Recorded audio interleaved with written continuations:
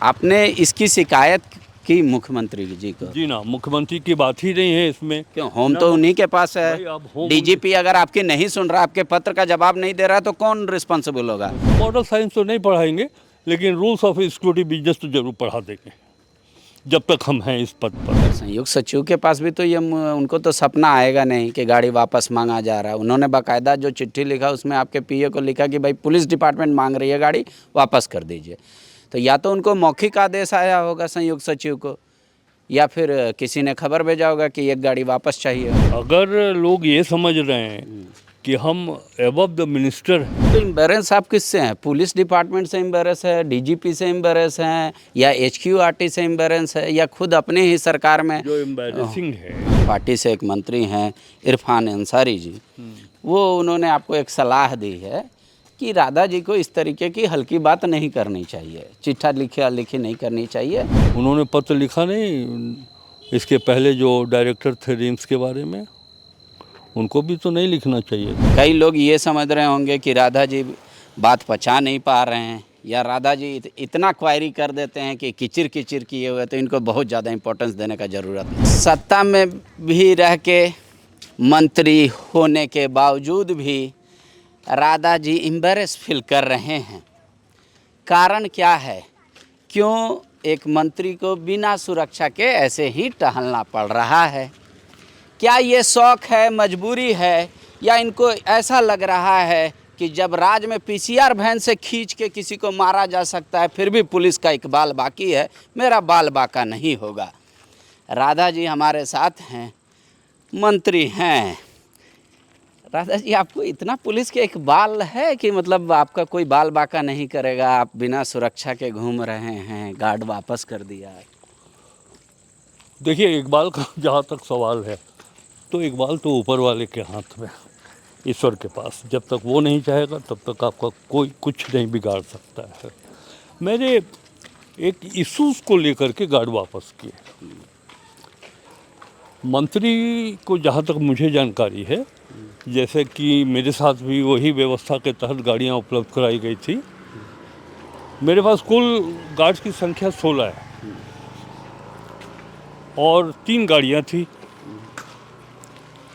मैंने पत्र लिखा डीजीपी को 2 महीने पहले, यानी कि लगभग 21 अप्रैल को, कि 3 गाड़ियों से 16 जवान को बैठाना उचित नहीं होगा। सुरक्षात्मक दृष्टिकोण से भी यह कभी अच्छी बात नहीं। एक गाड़ी में अगर आप ठूस के बैठाएंगे, तो मैं खुद पलामू जिले से आता हूँ, मैं उग्रवाद के दांव पेच को अच्छी तरह से जानता हूँ, तो ये माना गलत है। एक गाड़ी में अधिक से अधिक 4 सुरक्षाकर्मी बैठ सकते हैं। तो मैंने कहा कि एक अतिरिक्त गाड़ी आप और उपलब्ध कराएं, 3 गाड़ियाँ तो हैं। मैंने तो मांग नहीं किया था कि 16 सुरक्षा गार्ड हमारे पास लगाया जाए, लेकिन जब पुलिस डिपार्टमेंट ने 16 सुरक्षा गार्ड मुझको दिए, तो गाड़ी की भी व्यवस्था करनी चाहिए। उल्टे उन्होंने एक पत्र लिख दिया शायद हमारे संयुक्त सचिव फाइनेंस को कि एक गाड़ी वित्त मंत्री को वापस कर देना है। अब वित्त सचिव ने मुझको, मेरे प्राइवेट सेक्रेटरी को पत्र लिख दिया। तो मेरी आपत्ति 2 कारणों से कि वो गाड़ी अलॉटमेंट फाइनेंस मिनिस्टर के नाम से, ज्वाइंट सेक्रेटरी कोई अधिकार नहीं रखते हैं कि वो हमारे प्राइवेट सेक्रेटरी को ये नोटिस दें कि गाड़ी वापस करिए। तो वो वित्त मंत्री को गाड़ी मुहैया था या वित्त विभाग को गाड़ी मुहैया? वित्त मंत्री के नाम थे। अच्छा, थोड़ा रुक। हाँ, वो वित्त मंत्री के नाम थे। तो वो फिर उनको क्यों बीच में लाया गया? संयुक्त सचिव ने क्यों आपको पत्र लिखा, मतलब आपके पीए को? यही बात तो समझ में नहीं आ रही है।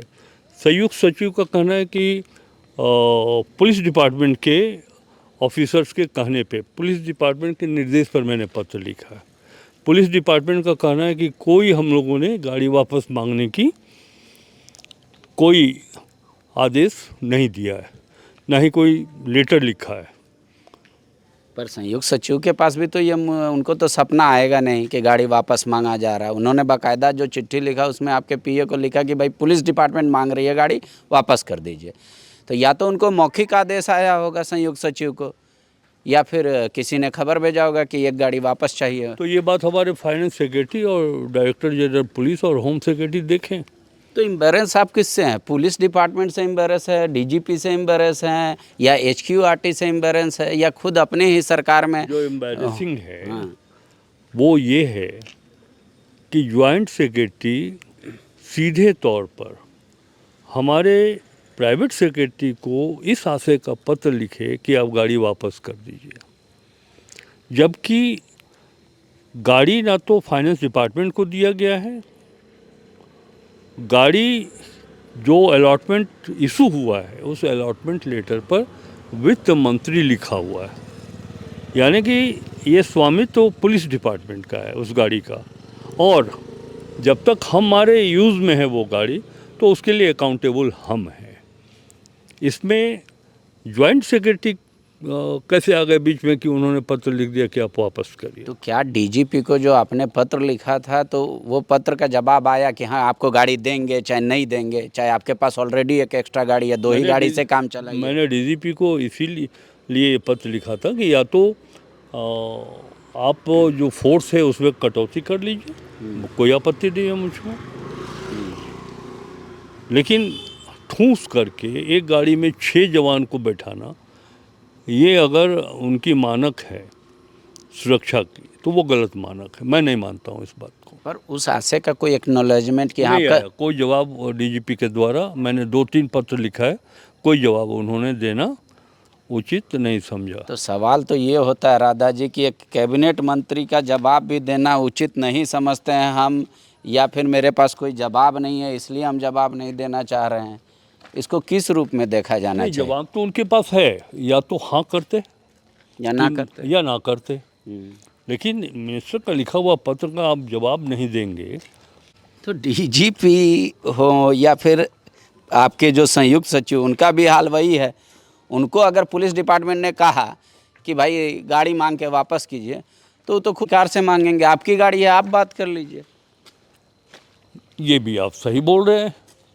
मैंने तो पहले ही कहा कि अगर लोग ये समझ रहे हैं कि हम अबव द मिनिस्टर हैं तब तो उसका कोई इलाज नहीं है। तो लेकिन ये आपके साथ ऐसा क्यों हो रहा है? सबसे बड़ी बात है, क्या आप, कई लोग ये समझ रहे होंगे कि राधा जी बात पचा नहीं पा रहे हैं, या राधा जी इतना क्वायरी कर देते हैं कि किचिर किचिर किए हुए तो इनको बहुत ज़्यादा इंपॉर्टेंस देने का ज़रूरत नहीं है। तो वो हमारे अधिकार क्षेत्र की बात है। मैं इस प्रकार की संचिकाओं को देखता हूँ, पढ़ता हूँ, करता हूँ आदेश। इसके लिए मुझे किसी से पूछने की आवश्यकता नहीं। अगर कुछ लोग सोचते होंगे तो सोचे, लेकिन मुझको ऐसा नहीं लगता। ठीक है, लेकिन आप ही के विभाग मतलब पार्टी से एक मंत्री हैं इरफान अंसारी जी, वो उन्होंने आपको एक सलाह दी है कि राधा जी को इस तरीके की हल्की बात नहीं करनी चाहिए, चिट्ठा लिखी नहीं करनी चाहिए। वो नक्सल प्रभावित इलाके से आते हैं, उनको कैबिनेट में बात रख देना चाहिए। मुख्यमंत्री को कोई समस्या है, हर बात के लिए पत्र लिखना कोई ज़रूरी है? और उनकी सुरक्षा तो प्राथमिकता है। आपके माध्यम से इरफान जी को धन्यवाद। इरफान जी के पिताजी हमारे साथ मिले थे, और सबसे अच्छी बात तब होती है कि जब बेटा समान किसी बच्चे से जब आपको सीखने का अवसर मिलता है। तो इरफान की अपनी नाराज़गी हो सकती है, कोई ऐसी संचिका हो जिस पर मैंने कोई क्वेरी किया हो तो उनकी टिप्पणी आई होगी। नहीं, पर वो तो आपकी सुरक्षा को लेकर ये कह रहे थे कि मेरे कैबिनेट में आए थे, कल कैबिनेट में ही बोल देते मुख्यमंत्री को कि भैया गाड़ी दीजिए, चाहे आप लेते ही ले लीजिए। चिट्ठी लिख के ना थोड़ा छवि खराब हो जा रहा है सरकार का। अच्छा, इरफान जी पता नहीं, हम नहीं सुने, इसलिए मैं इरफान के ऊपर कुछ नहीं कहना चाहता। इरफान जी ने कहा है या नहीं कहा है, लेकिन चूँकि आप कह रहे हैं कि इरफान जी ने ऐसा कहा कि उनको चिट्ठी नहीं लिखना चाहिए था। हाँ, मुख्यमंत्री को बोलना चाहिए था। अच्छा, उन्होंने पत्र लिखा नहीं इसके पहले जो डायरेक्टर थे रिम्स के बारे में, उनको भी तो नहीं लिखना चाहिए था। ठीक है राधा जी, लेकिन आपसे परेशानी बहुत ज़्यादा है लोगों को, सहयोगियों को भी है, सहयोगी मंत्रियों को भी है, दूसरे निकलेगा। हम तो कैबिनेट में बैठते हैं, हम्म, हमारे जितने भी सम्मानीय मंत्रीगण हैं किन्हीं को कोई आपत्ति नहीं होती। अब खुल के तो आपके सामने नहीं कहेंगे ना, ऑफ द रिकॉर्ड भी एक बात होती है राजनीति में। ऑफ द रिकॉर्ड की बात का जवाब देना उचित नहीं होना चाहिए। पहले जो आप लगातार पत्र लिखे, उससे भी कई सवाल प्रस्तुत हुआ, इस भाई प्रतीत ये हुआ। पत्र मैंने अपने लिए नहीं लिखा, हाँ ठीक है, पुलिस कर्मियों के लिए ही लिखा है, पुलिसकर्मियों के लेकिन लिए लिखा। क्वेश्चन मार्क में तो डीजीपी आ गए ना, पुलिस डिपार्टमेंट आ गया ना सर। तो जमशेदपुर में पीसीआर वैन से निकाल करके गोली मारा, ये डीजीपी उस दायरे में नहीं आई क्या? तो ये कह रहा है कि एक गांव में कहावत होता है कि सौती के खीस कठौती पे उतार रहे हैं राधा जी। कुछ लोग ऐसा फेसबुक पे, सोशल मीडिया पे लिख रहे हैं, क्या ये बात सही है? कितनी आपकी जनसंख्या है यहाँ? 4 करोड़? 4 करोड़ जनसंख्या है और लगभग 2 करोड़ यहाँ चलता होगा सोशल मीडिया। सबका जवाब देते चलें क्या हम? नहीं, पर आपके तो वोटर सपोर्टर सब है ना उसमें, सोशल मीडिया पे। नाम बता दीजिए कोई एक। क्या बहुतों हैं, लाखों की संख्या में। वही तो मैंने कहा कि लाखों का जवाब देने के लिए बैठे हम थोड़े ही। मुझको जो अच्छा लगा मैंने किया। तो आपने इसकी शिकायत की मुख्यमंत्री जी को? जी ना, मुख्यमंत्री की बात ही नहीं है इसमें। क्यों, होम तो उन्हीं के पास भाई, है। अब होम डीजीपी अगर आपकी नहीं सुन रहा, आपके पत्र का जवाब नहीं दे रहा, तो कौन रिस्पॉन्सिबल होगा? उसके लिए हम रिस्पॉन्सिबल हैं। और देखिए डीजीपी को कैसे सुनना पड़ेगा।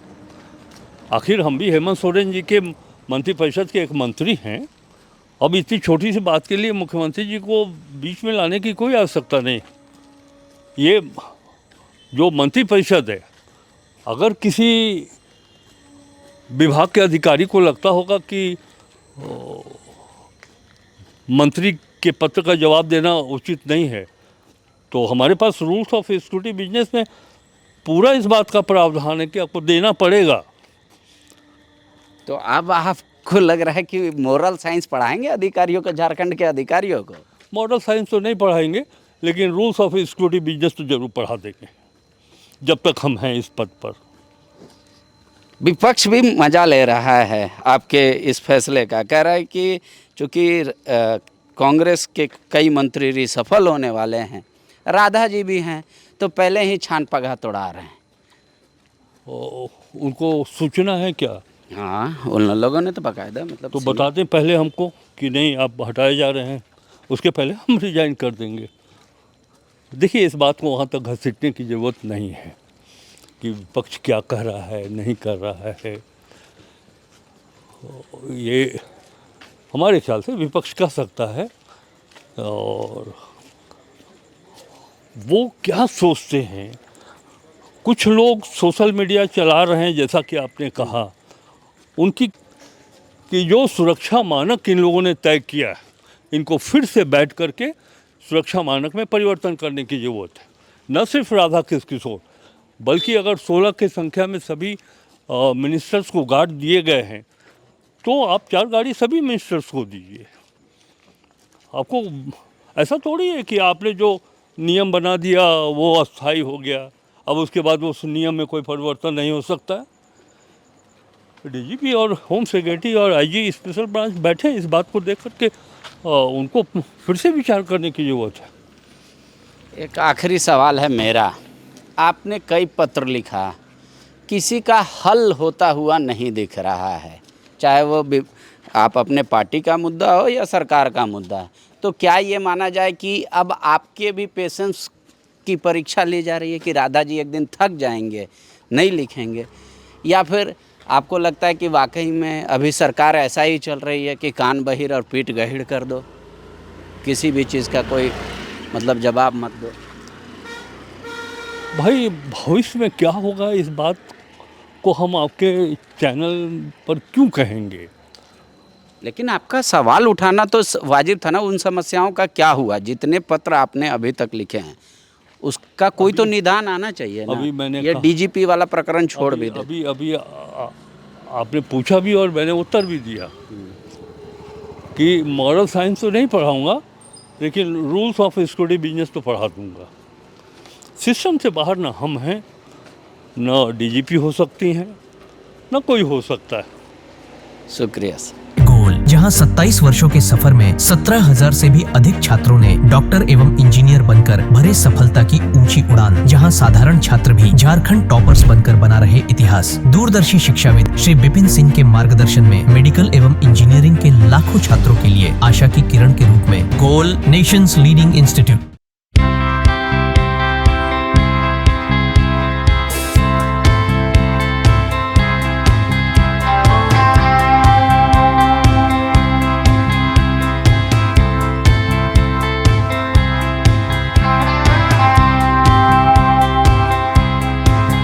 बायोम इंस्टीट्यूट नीट की तैयारी के लिए एक भरोसेमंद नाम। यहाँ अनुभवी फैकल्टी, स्मार्ट क्लासरूम और बेहतरीन टीचिंग मेथड से स्टूडेंट्स को मिलती है मजबूत तैयारी। यहाँ हर स्टूडेंट को मिलता है पर्सनल गाइडेंस और डाउट क्लियरिंग का पूरा सपोर्ट। नीट 2027 और 28 के लिए फेज 1 बैच 9 अप्रैल से शुरू हो रहा है। आज ही बायोम इंस्टीट्यूट से जुड़े और अपने डॉक्टर बनने के सपने को दे सही दिशा। बायोम इंस्टीट्यूट सिर्फ मेडिकल प्रिपरेशन का संस्थान। thefollowup.in.